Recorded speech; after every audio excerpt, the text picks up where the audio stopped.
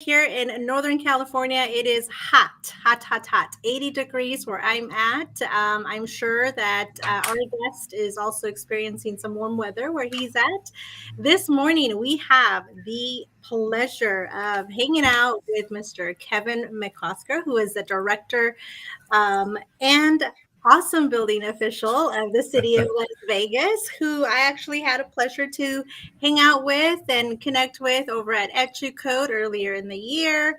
Um, Kevin has a lot of awesome development in his jurisdiction. As we all know, Las Vegas is always one of the prime location for folks to go on, just kind of let loose a little bit. So today we're going to learn some about Kevin. Kevin, good morning. Good morning, Cecilia. How you doing? I'm good. How about yourself? I'm doing well. I'm staying indoors today. You mentioned it's hot in Northern California, but we are in the hundreds and maybe pushing 110 by the end of the week. So, yeah, it's that time of year here in Vegas. Between early June to mid to late September, it's over 100 pretty consistently. Yeah, So yeah. making that adjustment. Right on. I got to say that when I think 80 degrees, I'm like, oh man, I'm cooking, right? And it's nothing compared to Las Vegas with 100-degree weather. In fact, I remember, Kevin, when I worked at the city of Oakland, the first time they had their heat wave, everyone's preparing, we're getting water bottles for our staff and all that good stuff. And, I asked, well, how hot does it get here? Because they're a city by the bay, right? And they said, oh, it like climbs to like high 70s, early 80s. And I'm like, what? What do you mean low 80s? That's perfect. Yeah. But when you're not used to those climatic changes, then yes, it becomes a little impactful. So enough about the weather. Enough about the weather. That's just small talk. Small talk. So, Kevin, you have an interesting story. And, you and I, when we sat down for a little bit over at EduCode, I had the opportunity to get to know that a little bit and just kind of know a little bit more about how Kevin got started in this industry, what led you to this industry. And I know that you're up and coming on new ventures in a short, near future. And we'll talk about that in a minute. But let's get started with, tell us a little bit about yourself. How did this journey in the building industry start for you? So how did it start for me? So it started initially when I graduated from high school. I got a job working as a hod carrier for a masonry contractor in the foothills of Colorado. So I was in the foothills of Colorado. I worked at I was telling somebody last night, my very first job, official job, was I was a dishwasher at a restaurant. Didn't like it very much. I didn't think, it was a lot of hard work. And I ended up getting a job as a hod carrier for a masonry contractor. And I just loved construction. I liked being in the process of building things. So that's kind of my first step into it. I went off to college, didn't do so well. First year, I joked that I had a triple major. I had partying, football, and girls, and so my GPA, my official GPA, showed that. But I ended up dropping out of school after a year and kind of finding myself continuing in construction, doing masonry work. And then my dad suggested that I join the Air Force, and so I went in and did munitions. And so I was deciding I wanted to go into engineering. I wanted to be an engineer, and there was a very iconic, very nondescript moment that made the decision that changed the course of my life. So I was taking a pre-engineering class at UNLV while I was still in the Air Force, and I was talking to one of my friends there at the base. I was saying, I don't know if I want to go into mechanical engineering and design cars, because I grew up in Detroit and I love the auto industry. Cars are a big part of, if you're a Detroiter, big part of your life. Or do I go into civil engineering and do construction, because I think I love that as well. So the two things that I really love. And this is the most generic statement. My senior airman friend said, Dave Adams, I'll remember this till the day I die.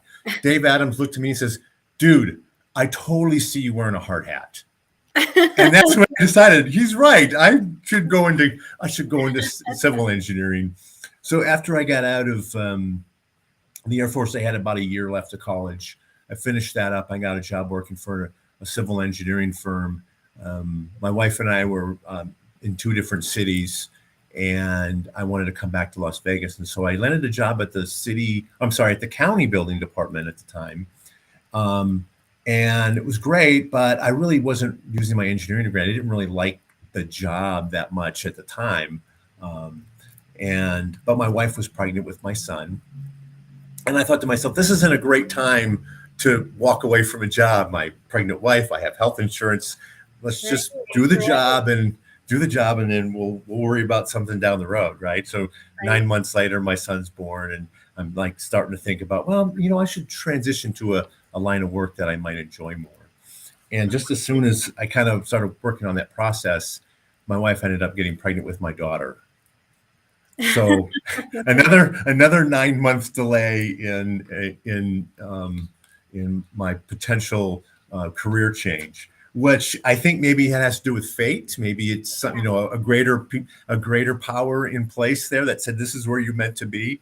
A couple months after that point in time, I moved over to plan review, and I just loved that part of the job. I really loved it. I got to use some of my engineering background. And then so that's really kind of solidified me as staying in the building and safety world for 30 years now is that, I have to thank my children Yeah, absolutely. for their great timing, because otherwise I would be doing something completely different and not here with you and all the other code enforcement folks across the country. That's so true. They were like, sorry, Dad, we have another plan for you. Yeah. And this is the plan. And, I think there's something to be said about that. Going back to what your friend said, I could see you in a hard hat, and that led you towards, civil engineering and kind of going into a municipality, if you will. And then obviously having the sweet surprise of your daughter also joining the family is really great to hear that, those were kind of some of the main things that helped you land where you are today. Right.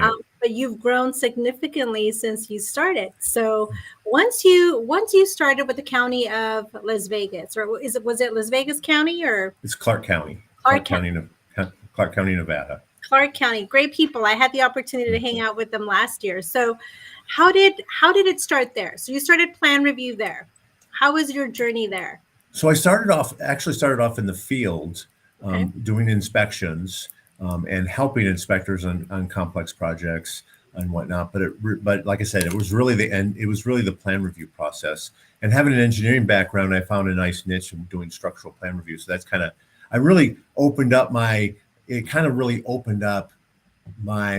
I was that people that know me now will be shocked to hear this, but I was that shy engineer that looked at my shoes when I talked to you instead of your shoes. The introverted engineer looks at his shoes, and extroverted looks at your shoes. But I was really kind of shy, and I was kind of young at the time, and I'm dealing with big projects in the Clark County and Las Vegas Strip, and I'm like, I was kind of shy, and like it broke me out of my shell. So it was a great opportunity for me to do one of the things that you should always probably try to pursue in life is work outside your comfort level. Because there's no growth inside the comfort zone. You have to press outside that comfort zone for you to have some growth. Right. Right. And, when you told me that, Kevin, I was like, what? You were shy? No way. I would have never guessed, because you have such a great personality. You're very outgoing, and you're very amicable, and you make yourself available to those that, perhaps want to get to know you a little bit more or maybe pick your brain. And so for me, when you were saying, oh yeah, no, that wasn't me before, what kind of helped you come out of that shell in the industry? Because I know that sometimes when we start, we're very bashful, if you will. We want to do a great job, but we also don't. We have kind of a fear of, oh man, what if I screw up? What if I don't do something right? I got to be better than the next man or woman. What's going on? So you tend to be a little hard on yourself, which tends to lead to being a little bit more reserved. So what kind of helped you come out of that shell? So you're absolutely right. All those things, all those like insecurities that we have about ourselves is challenging, especially when you're younger in a new career field. And you have to overcome those. You have to slowly build some confidence and some ability to deal with that type of situation, from internalize that, so you can externalize the great customer service that you're going to provide at some point. So the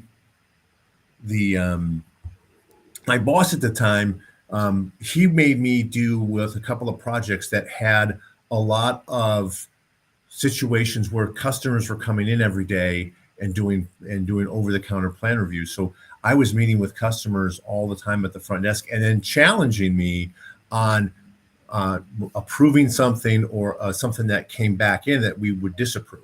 And then so I would have to deal with those type of applications with a person face to face with me. And sometimes it was a runner from a construction company, and sometimes it was the engineer on a big project on the Strip. So really, it gave me that opportunity.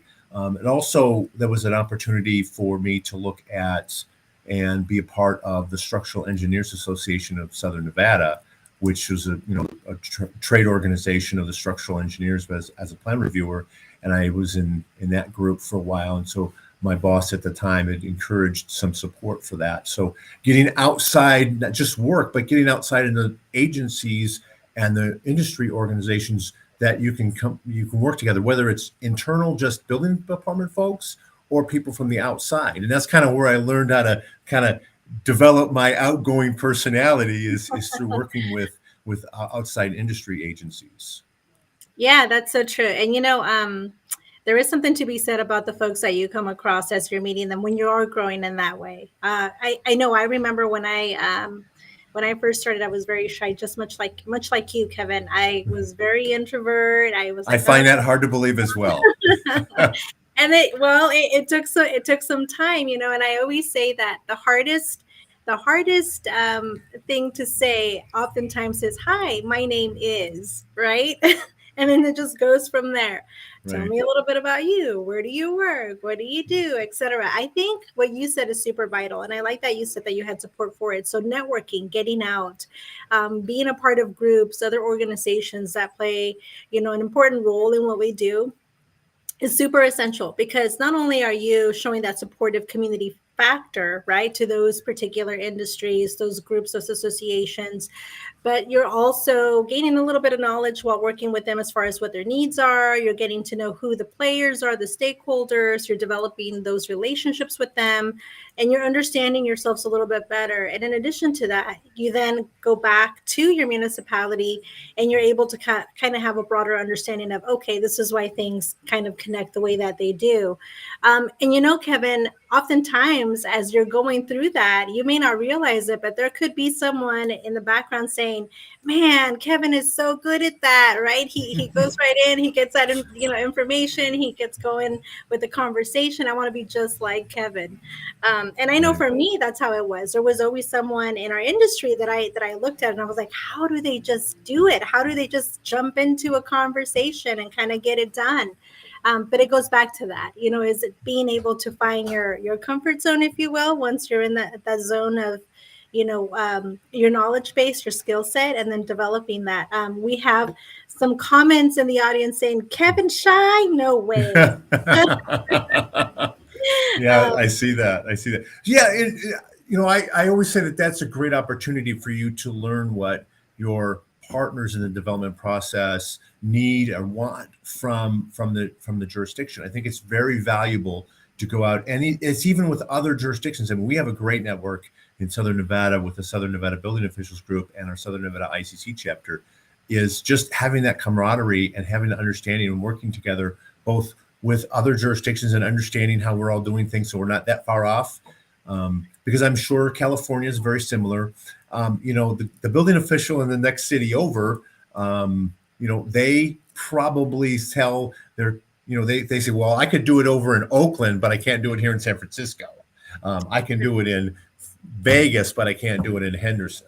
So Right. I'm sure the contractors and design professionals say that, but then you understand, well, that under why they've made that call, or maybe that's not even an accurate statement, but it's great to have that communication. And I remember, so I'm going to date myself because, it was the Lion King, the circle of life. We're all part of that big circle, and our circle of life in this industry is much bigger than just the person at the front desk getting the permit, getting the plan submitted, and getting the permit and calling for inspection. It's a much bigger role. There's contractors and subcontractors and design professionals and a lot of other people that play a vital role in the whole process of going from entitlement to C of O. And there's a whole bunch of people involved in that, and it's just amazing how it all comes together. And we do have to try to find that win-win scenario with everybody and make sure that we have good communication, and we get, obviously we want code compliance to ensure a safe built environment, but we also want to do it in a win-win environment so our client understands why they're doing what they're doing and they buy in. And I think that's important. Absolutely, absolutely. Being solution oriented, right? Oh, yeah. And I know that in watching you, throughout kind of what I see you share and see some of Las Vegas share what's going on in your municipality, I always think like, that's great, that things kind of come together. Las Vegas is quite a feat, right? You see a lot happening in Las Vegas, a lot. Clark County, you guys have your hands full. When I was there, I know that I kind of got a little bit of a walkthrough with Sam Palmer, and I was just so impressed. I'm like, county's doing this, the city's doing that. You guys have a lot of great projects that are constantly coming up in your municipality. So outside of just working and leading and being the director and the awesome building official that you are and all that good stuff, you also are involved with EduCode, right? You help support that training opportunity every year. How did you first come involved with that particular group of training individuals? Wow. Awesome, by the way. Yes. So quick plug. So EduCode every year, late February, early March, the Southern Nevada chapter hosts it. If you're not aware of it, you need to come out to Vegas for a couple days or for a week. Great code education, great venue. We have some activities after class, bowling, networking. We didn't play pickleball. We played the bags game. I'm trying to remember what it's called. Bags.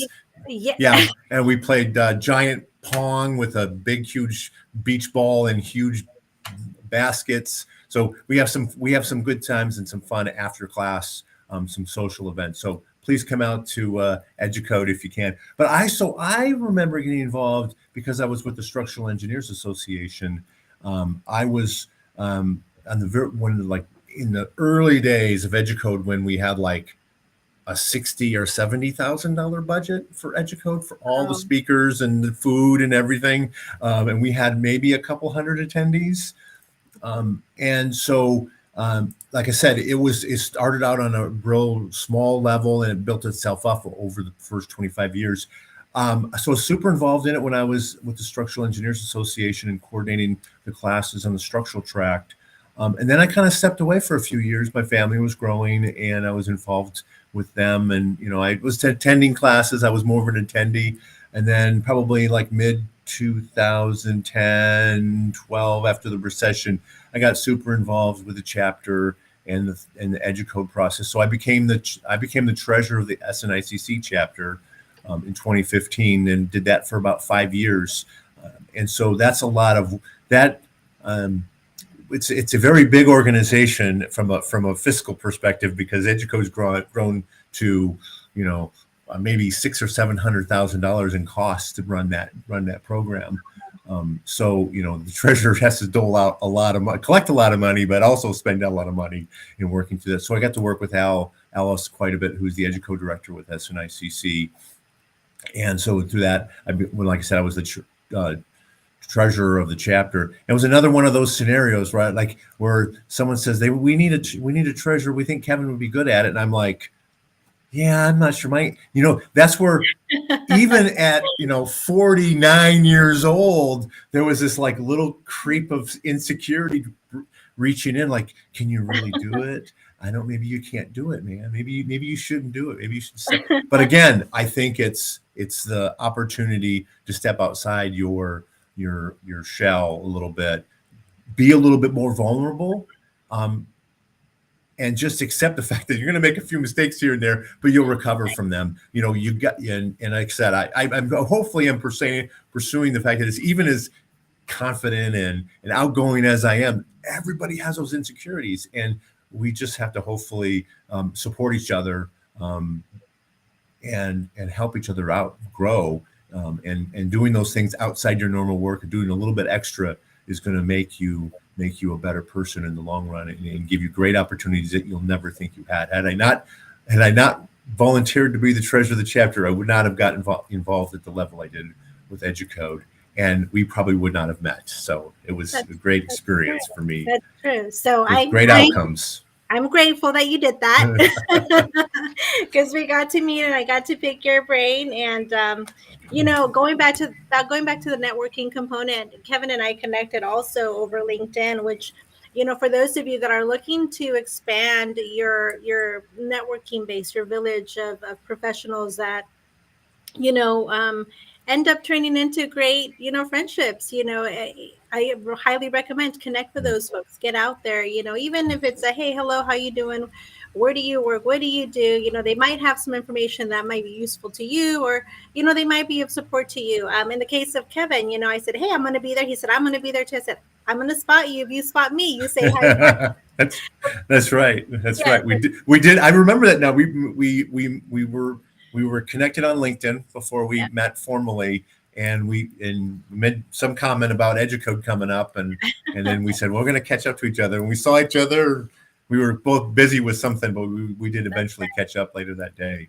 So absolutely. I mean, here's the thing about breaking out of your shell. So good, bad, or otherwise, I remember at EDUCODE one morning, I started at the registration desk at 7:30, ran into an old friend, guy I used to work with, and I was heading out of that registration room, and it's a typical ballroom in a hotel casino.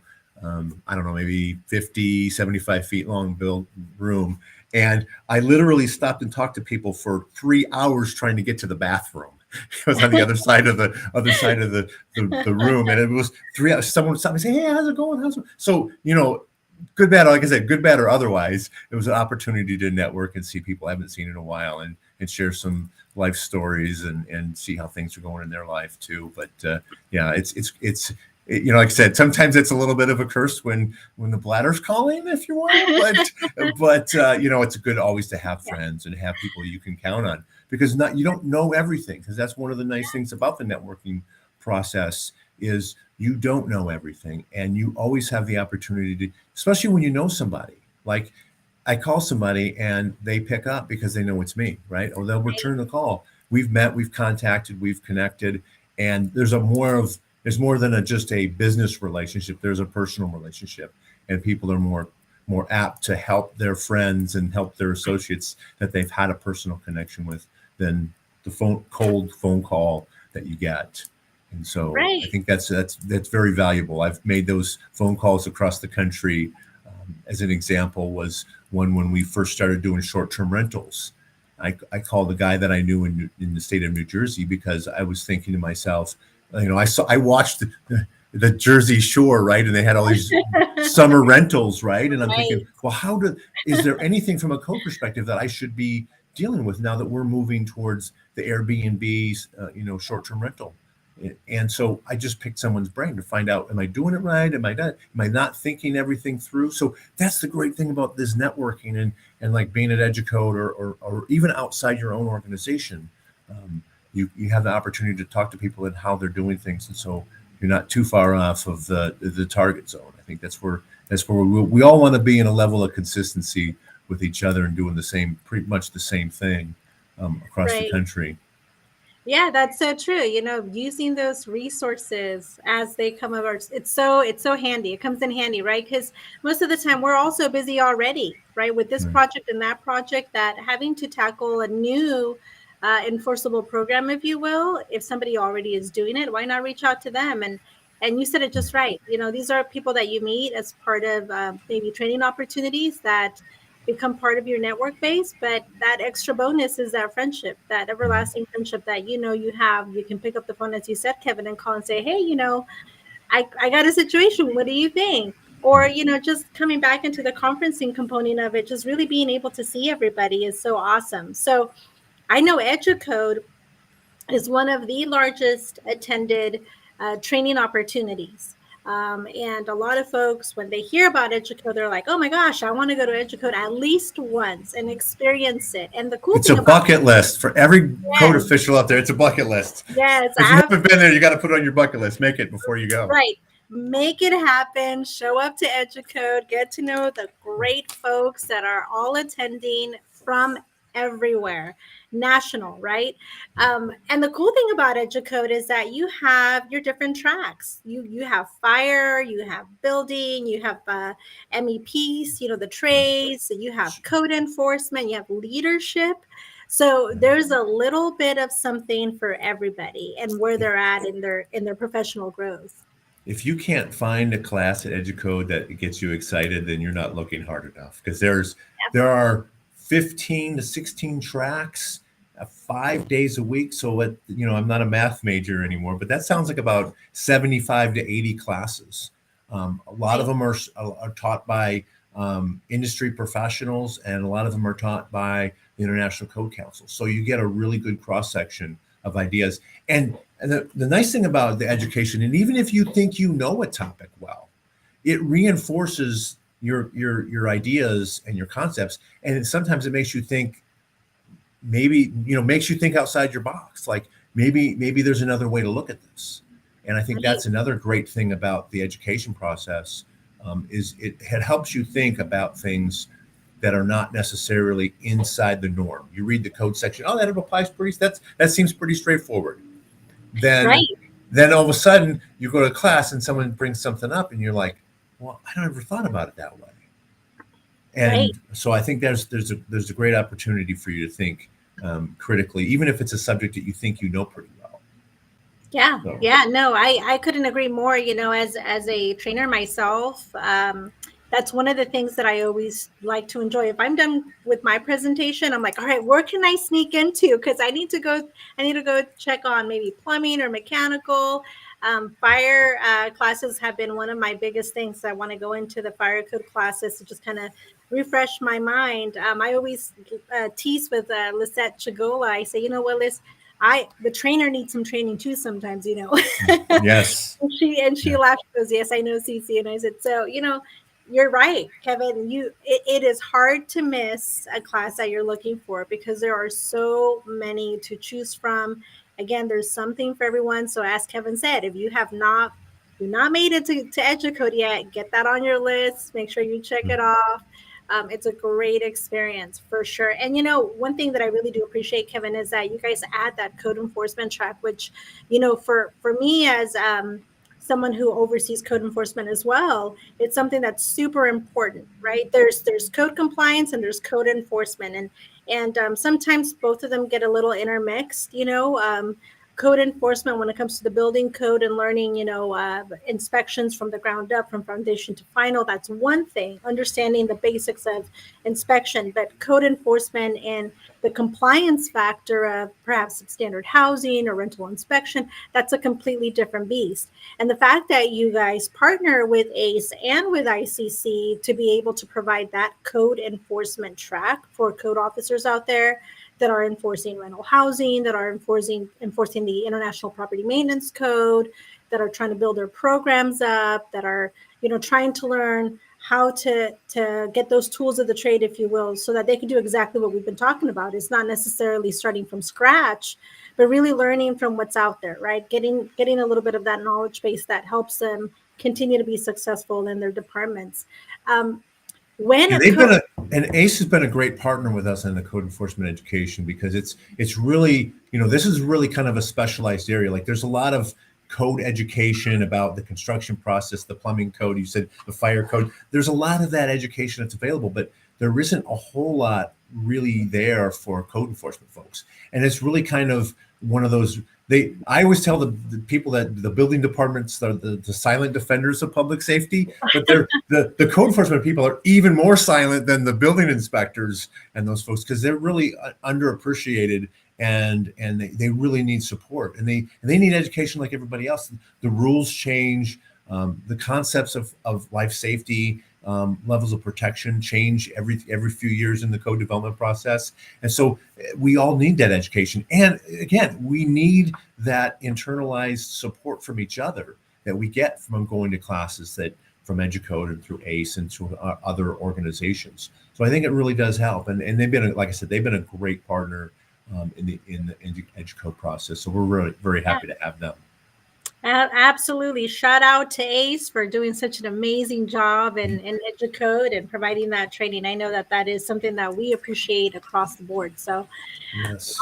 when COVID hit, Kevin, a lot of our training was kind of up in the air. No one really knew how to kind of maneuver through what was happening. And, what do we do now? How is it that we proceed with trying to find an avenue to continue doing what we do in operations, as well as what we do as far as training and the training opportunities? So we'll start with the first part, operations. How was City of Las Vegas operating during the time of COVID? What things, what lessons were learned? What innovative ideas perhaps did you guys adopt? How did that work for you guys?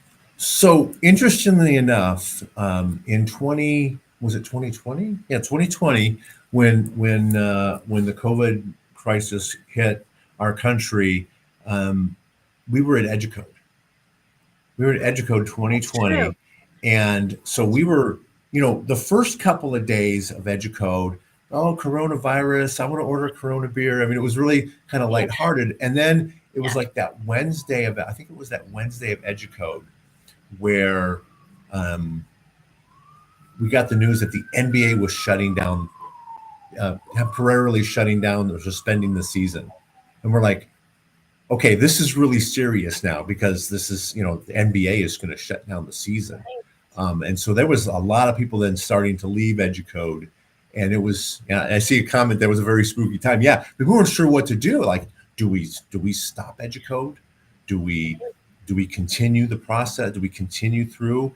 There was nothing that was really coming out. It wasn't until that Sunday that our governor came out and said that, we're shutting the city down, only essential employees. It wasn't until a couple of days later that construction was deemed essential. He had a list of essential duties and functions that were going to exist, but then construction was considered one of them. So for us, it was a lot of trying to do our job without actually seeing customers, and that was a bit more of a challenge. And then the logistics of masks and hand sanitizer and minimizing, social distancing, minimizing contact by social distancing, and what that looks like, and how do we, the meetings that we had in our bullpen every morning, that had to go away, right? We started sending people to work from home remotely. Luckily, we did electronic plan review about 6 months before the pandemic, so we were already 6 months into electronic plan review, so we were in pretty good shape. But again, it was a part of the stuff that we were doing was maneuvering towards a new world, and I think part of the issue is that we had to make this adjustment. And I'm really impressed on how, like, the entire industry, from soup to nuts, like from the contracting world to the design world to the enforcement perspective, everybody made those adjustments pretty quick. Especially, government gets a bad rap for, not being able to adjust and move quickly on certain issues. But I mean, we closed the building down. We started, getting people off the front counter. We started doing electronic plan review. We moved in between we were planning on hoping to do a video inspection program sometime that fiscal year. So we were running into the end of that fiscal year. We were thinking, okay, by July 1st, we want to start a video inspection program. And we started basically from a couple of scratches on a couple of notes on a whiteboard in my office about video inspection and how we're going to do it to, we called the building official in Tucson, again, because I network with people, and also called Valerie in North Las Vegas, who was working on it. And they gave us some advice, and lo and behold, we had video inspection up and running within 2 weeks. It's kind of a strange thing to say, but we did on April 1st, April Fool's Day. We had video inspection like in 2 weeks of in the pandemic because we needed it. And so, again, I think a lot of building departments maneuvered their way to provide the level of service that they need to do for their customers in a very short amount of time. That was unprecedented in the previous 28 years of my career. Never saw that type of change that happen fast. Other departments started picking up electronic plan review. I was taking a lot of phone calls about how you doing electronic plan review. What are you doing? What software are you using? How much does it cost? What do you have to do? I mean, a lot of folks have reached out because they knew we were doing it. So it was again a lot of collaboration that went on with other partners, but it was a scary time. I mean, it was really scary. There's a lot of unknowns.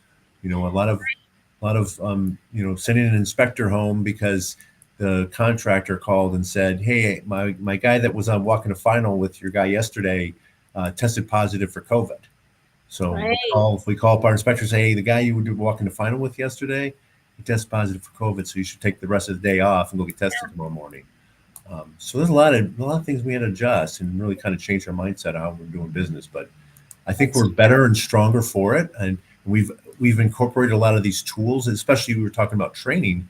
I think video training and online training courses were kind of a niche market. They were used a little bit, but this really showed that we can do this. It is successful. It is a methodology that we can get training through a video process. Thank God we have the internet. I mean, I don't know what we would have done without the internet. But it probably would have been a TV set, an old CRT TV set in the corner of the conference room with a VHS had it happened. That's right. 30 or 40 years before that. But I mean, we pivoted to things and we're going to still use these tools, the WebEx and the Zoom meetings and things like that, where they have value. But I think we were able to pivot to a lot of things and still implement a lot of those moving forward. I mean, I think almost everybody now, at least locally in Las Vegas and Southern Nevada, is under some electronic plan review processes where that would not have happened. They would have just built it in slowly and methodically.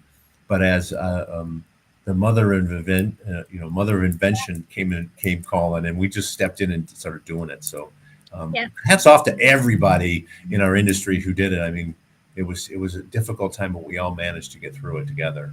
That's so true. And, that's exactly it, Kevin. I think for a long time, many municipalities nationwide were perhaps thinking about, okay, what is it going to look like if we move into an electronic platform, doing plan review electronically, inspections.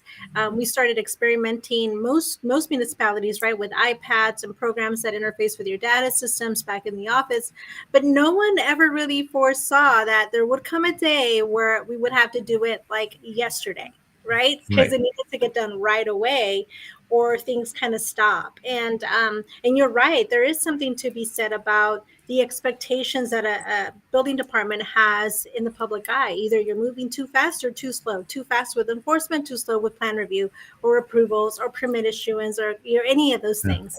And when you look at, what we did in such a short period of time from, all right, we're hitting the Zoom and the WebEx and the Teams, and we're having these meetings and we're having virtual inspections. And now we're training our staff with virtual inspections and how, to get that done from the field and results from the field. And even interfacing at the city of Oakland, where I was at during the time of COVID, we had our building inspectors communicate with our code inspectors, and they jointly do a joint virtual inspection so that we could confirm that, yes, those are the violations we called out. Yes, that's right. That's what's on the plan. So let's go ahead and move the project forward. So it was a lot of coming out of your comfort zone, because we do have a lot of folks in our industry that are not so tech savvy. And I'll throw myself under the bus. I myself had to learn right quick. Okay, how do I do this and that? And it was a little nerve wracking because you're like, oh no, how am I going to get this program down? But you get it down, you get it done. The other thing too is, connecting, like you said, all right, who's doing what? Let's have a quick meeting with other municipalities, across the state to see who's set up, how it's working, what perhaps parameters or processes they adopted. In the code enforcement world, are we going in to do substandard inspections or rental inspections? Are we not? What's the protocol there? What is true is that from this event, we learned that we are very much resilient, but we are also all chameleons. We can definitely adapt. We can change and make sure that we get things done so that we can continue to operate successfully. So it definitely set the tone for, hey, we can do just about anything, right? Absolutely. I mean, it was amazing transition that happened within things that would have taken years to develop. I mean, video inspection was something that once we get electronic plan review up and stable and mobile, and we feel very comfortable with it, then we'll move to video inspections. And we were saying, okay, we got to get to it by the end of the year. We got to get, and then bam, we hit pandemic, and we got to do it now.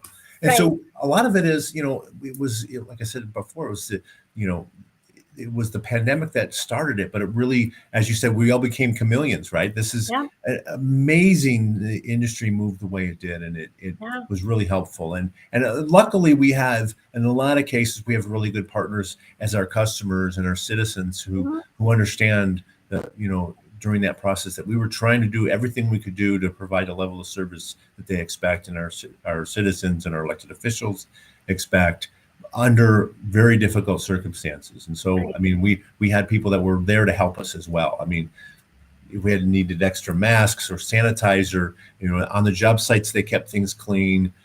They had, washing stations on job sites. And so the things that they wouldn't normally have provided for, the people that come up onto the job site were provided. And it was really a great process, because we had a couple of projects we were trying to finish before the pandemic. We had Circa, we have a plug here to City of Las Vegas project, is Circa Hotel and Casino, the first new hotel casino on Fremont Street since like the mid 70s, from when I was just a kid, like a 10-year-old boy. It tells you how old the last development was on the Fremont Street. But they opened the casino in October of 2020. So they were in that March to October timeframe where they were trying to finish that project. They had a deadline to finish before. They really wanted to finish and have it open by New Year's, because that's a big celebratory event in Las Vegas. But they really were pushing hard to get that finished, and then the pandemic hit, and so they pivoted as well to get the things done that they needed to finish. But again, it was pretty amazing how we all worked together to accomplish what we needed to accomplish. And I'm kind of glad I don't have to walk job sites with a mask anymore. And that's a nice change, especially in this heat. But exactly. Yeah, I couldn't agree with you more, because I think I was probably one of those initial ones that had a hard time with the mask as well.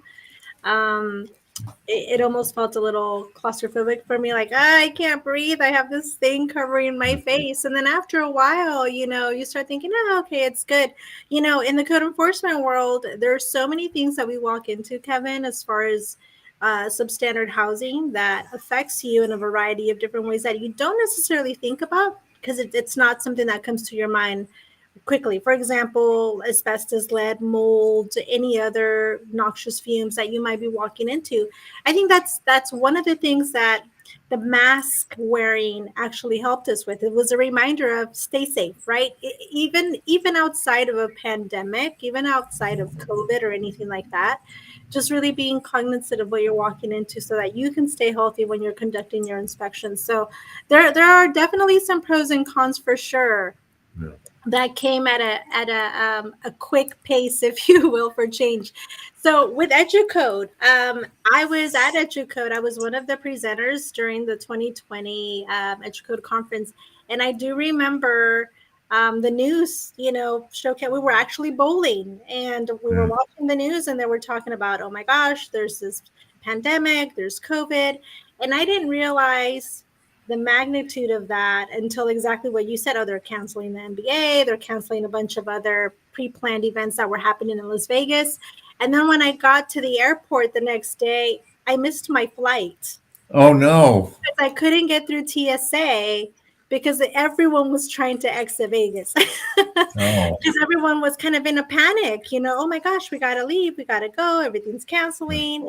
And so I remember having to rent a car and drive 10 hours to get home. But Oh. it was a good ride. It was adventurous, if you will. But Mm. and then after that, then it became real. It was like, oh my goodness. So moving forward from that, EduCode did not necessarily stop. You guys came back strong. You provided a virtual platform that was also well attended. So how did Yes. the planning for that work out? So, it's interesting because the 21 EduCode, as an organization, we had to decide whether or not we were going to continue with EduCode. And we knew that the property wasn't going to allow us we weren't going to be able to access the property.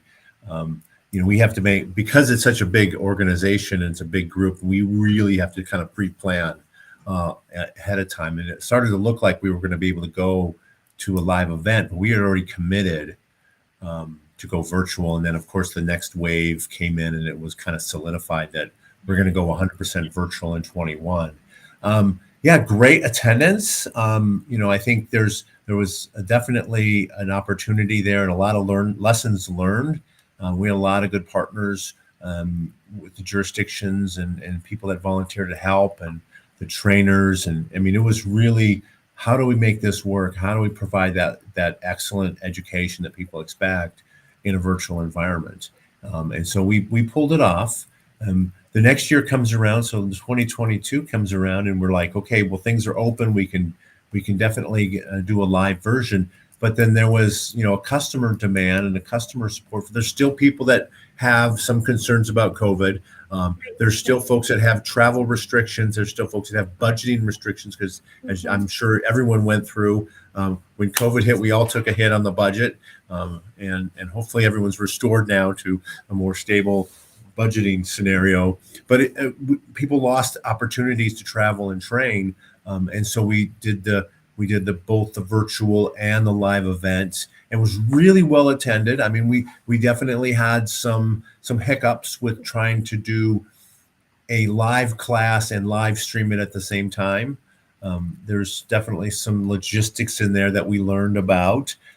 Thank everybody who did the stuff online and understood that some of the parameters were a little bit more difficult to deal with. I mean, when you're not in the class and there's people asking questions, it's hard to get those communicated to the people online and making sure that the people online are getting their questions asked in a timely manner so that that comes through. But so we're going to do another, I believe from what I'm hearing right now is the 2023 version. We'll have a virtual component as well, and a live component, but we're going to separate the two so we don't try to mix the virtual with the live event. So the virtual folks will all be in under a virtual platform, and a live folks will stay in the live platform. And we'll try not to mix those two because it was a little bit challenging, a little bit more management and leadership to take on that from an organizational perspective. But we'll definitely, again, we're gonna I will say that, as you said, we're gonna chameleon this thing until we get it perfect, and we'll just keep adjusting, adapting, and overcoming. And I think this is probably where it's going to land eventually. Is we'll have the live component and the virtual component for those that can't make it out to Vegas and enjoy our great city and our great events at EduCode. The bowling, you mentioned the bowling night and networking night, and some of the other things that we can do outside. And like, if you don't want to go to those parties with us, there's a whole Las Vegas entertainment venue for people. Go to the hockey game, or they go to the strip, or they go downtown. They can go see a show. A lot of things for folks to do outside the educational venue EduCode. Either stay in the hotel with us and have some fun playing ping pong or volleyball or bags or end up bowling. If you can bowl over 100, you're going to be one of the superstars at the EduCode bowling event. So just throw that out there. You don't have to be bowling 200 to do a good job or score well. But everybody, I don't know that anyone doesn't have fun at the bowling night. That is a blast yes, for sure. Yeah. And who doesn't like pizza, beer, and bowling? I mean, that's a perfect mix, right? That's a perfect setup for an awesome networking opportunity, if I do say so myself. Everyone's real happy, having a great old time, and just enjoying. And I do want to give a shout out to our friends at Four Leaf. I believe they were one of the promoters of our bowling night, and everybody went home with a EduCode Four Leaf T-shirt. I didn't wear it. I didn't think about wearing it. I didn't think we were going to bring that up, but I might have worn it today. That's okay. Next time, I expect to see that four-leaf shirt on you. No. So thanks for Four Leaf for that support of the bowling night. So it was lots of fun. Yeah, anytime. It's always our pleasure. We really enjoy being amongst our fellow colleagues and, not only supporting, our fellow colleagues and municipalities and the services that we provide, but also establishing those relationships. That's always really important for us. So we had a blast too being there with everybody. Kevin, you have a great journey ahead of you. Before we wrap up, can we talk a little bit about that? What's in store for you? So I am getting closer to the end of my term, I guess, as my 30 years of public service and retirement's looming later this year, probably November. So that looks like I'll be moving into a new chapter in my life. Not 100% sure what it's going to end up being, but I know I'm not going to I don't fish and I don't golf. So I love what I do. I have a passion for the built environment. I have a passion to helping people. I love what I do. I believe that there's a number of folks that believe in me enough to ask if I would like to come to work if I'm not going to go fishing and play golf. So I'm going to end up in some role in Las Vegas. I'll be staying in Las Vegas, but definitely looking towards something on the private side of helping people get permits, inspections, get code compliance, and certificates of occupancy, and making sure that people are safe in buildings in Las Vegas, but do it in a different venue and for a different platform. So I'm really excited for the future. It's hard to believe it's been 30 years already. It seemed like they say, if you find a job you love, you'll never work a day in your life. And there's only been 1 or 2 days I've actually had to work. I've loved it so much that it's just amazing that it's been this long, but it doesn't really feel like it's been long at all. It's just been I close my eyes and I can see myself as the young 26-year-old engineer 30 years ago, going wide-eyed and bushy-tailed looking for the next new challenge, and now I'm 56 years old and staring within a couple months of retirement now. So definitely excited, a little scared. Of course, again, a little bit of insecurities creeping in here once in a while, but been preparing for this for a bit, so definitely looking forward to it. A lot of opportunities are out there. It's true. Probably because I'm so outgoing now that people are not afraid to come up to me and ask me, "Yeah, where's your retiring?" So I'm easy to start a conversation with. So, but I'm really excited for it and really looking forward to the next chapter in my life. Well, good. I'm excited to hear that you're going to still stay on. I always say that exactly what you said, Kevin. When you find a job that you're passionate about, you don't have to work a day in your life. But in addition to that, in this profession that we love so much, I would even go as far as saying that we're passionate about, right? It's hard to leave. It's hard to, even at retirement, it's hard to say, that's it. I'm throwing in the towel, because we don't necessarily always throw in the towel because we love what we do so much. So, Kevin, it's been such a great pleasure to have you this morning to chat and get to know you a little bit more. one of the things that you said early on in the conversation was come out of that shell, network, get to know people, really grow your village of professionals in our industry that leads to friendships. And as we saw today, Kevin is, one of those awesome building professionals in our industry that has a great wealth of amazing friends that he's created throughout his tenure in this industry. And I'm gonna throw myself in there. You are in there, definitely. So happy to have met you and know you. And I know that there's still more that needs to get done. So our paths are definitely going to cross some more. And I hope that we get to see you at ABM if you make it this year. If not, I know that we'll see each other real soon. I am very looking for. I'm actually postponed my retirement a month or so, so I made sure I was able to attend my last ABM. I was on the residential committee, so the public comment hearings will be after the ABM. So I'd like to sit in on that as well, because I was on the IRC committee. So yeah, I'm kind of planning that. I'm also on a seismic assessment and retrofit committee that'll finish up at the public comment hearings. Knock on wood. But so yeah, so I've got some commitments I want to see through, and it'll be through the annual business meeting in Louisville, correct? That's right. That's Yes. right. So we'll be there and we'll get to hang out a little bit more before you exit the city of Las Vegas, but not necessarily the building industry. So it'll be Yeah. exciting to see you, Kevin. With All that, right. we're gonna wrap up the show. Again, you heard it here, folks. Keep on keeping on with your professional goals. You're gonna get there before you know it, and before you know it, like Kevin, you start off out in the field, you end up running the show, right? You never know what the profession is gonna bring to you. So keep those goals up, keep networking, connect, reach out to folks like Kevin should you have any questions. We are always here to help. So have an excellent rest of your Tuesday. Run into us if you're at the ABM or the code hearings or the Educode. Come and stop by and say hi. Keep me hanging out in the hallway and talking to friends. I'm more than happy to have a chat with you and share stories of the good times and the bad times and all the times in between. So I'm looking forward to meeting everybody. Absolutely. And to Brad's comment, absolutely. You better believe that it would be more than a pleasure to work with Mr. Kevin. Thank you. All righty. You take care. Kevin, again, thank you so much. And we'll chat soon. Thank you, Cece. Have a great day. All right. You too. All right. Bye-bye.